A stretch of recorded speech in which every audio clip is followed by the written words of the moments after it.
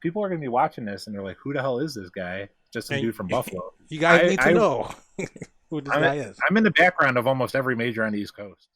I start way back. It's like kind of like FGC lore that nobody knows my real age, but I was an arcade rat, and I was like very into hanging around arcades all the time. I don't know. Tekken just it looked so beautiful, and then, like the arcade that I happened to frequent the most, the one closest to my house, had these giant speakers hooked up to it, so I could hear the stage music in the arcade clearly, which was a rarity because in the arcade, if you Nope. remember, it's just like chaos. Like you Yeah. couldn't hear anything.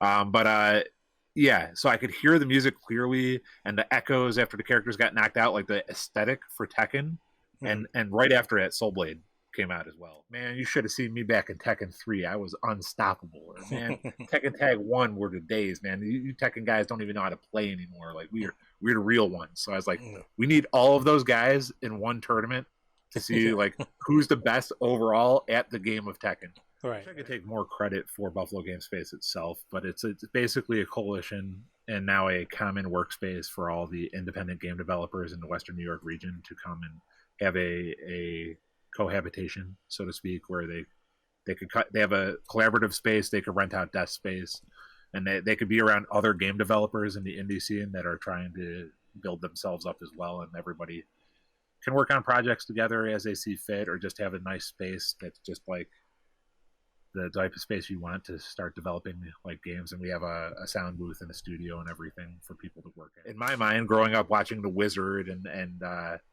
Legends of the Hidden Temple and all the other game shows and stuff like that, I was like, you've got to have a contest with a prize in order to prove your supremacy over people. And nobody was providing that in my area, Mm. so I felt like I wanted to get in on an initiative like that. And of course, I was a kid still, so like I had all these grandiose dreams of like making things more elaborate and lavish than they needed to be. When we could just have a tournament, just show up, pay $5, and split the pot. Like I always tried to make it more than that. I'd be running like Warhammer tournaments at the local games workshop and stuff like that, just because I knew how to communicate with people and I knew how to quickly organize and get things going.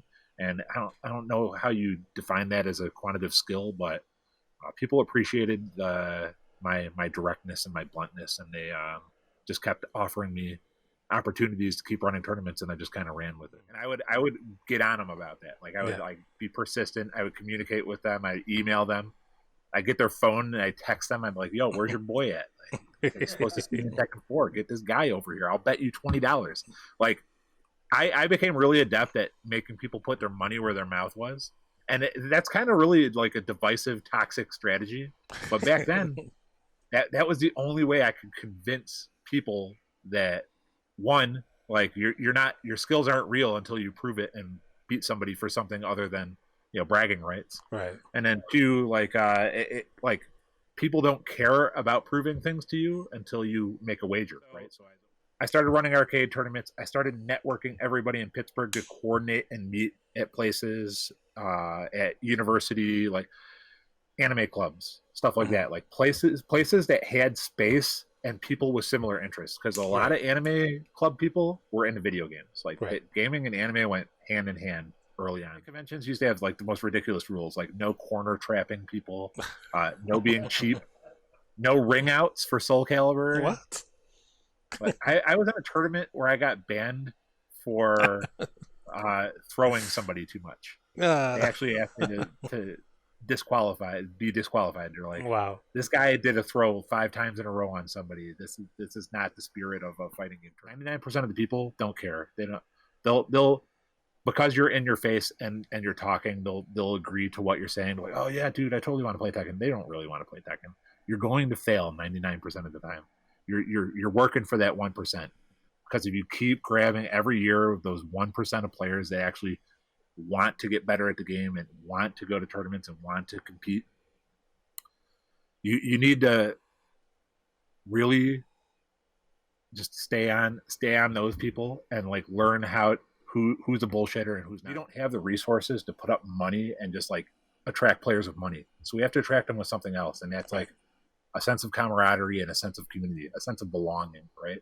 Belonging to a fighting game community because you like fighting games and you appreciate seeing other skilled players commit to improving their craft, and that's really what it's all about. Of course, and that's what I hang my hat on again in the communities. Like all my guys, they pull for each other. My Tekken guys pull for my Street Fighter guys, and my Street Fighter guys pull for my Mortal Kombat guys, and like they're all together, and it's a great thing to behold. Like that's what I'm definitely proud of. In the '90s, I was a giant weeb, what you'd call today a weeb, and there was a quirky little anime that nobody knew about, so I thought I was super cool, and I just adopted this name. It was named Akazuken ChaCha. It was about Little Red Riding Hood. It's basically Little Red Riding Hood ChaCha. You can go look it up online now. It's just like some definitely magical girl series, and every scene needs a rival. Right. Every scene needs a rival, and we just chose the largest geographical threat to Buffalo, which was Toronto. It's the easiest to get people to. Now, if you're from Podunk, town in Kentucky, and you play against the same 5 guys every day, like, how great of a treat is it going to be to play a top Korean player or a top Japanese player in the game of their skill? Like, how much value is that for you? And like, that's the reason you're going. You want a chance to compete against the best of the best. Right. I always want to make sure that that's provided. And it irritates me to a very high degree to see when it's not being provided.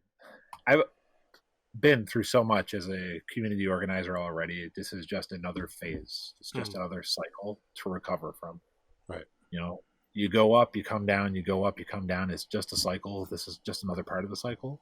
It's a unique and interesting world that we're going to be coming out into.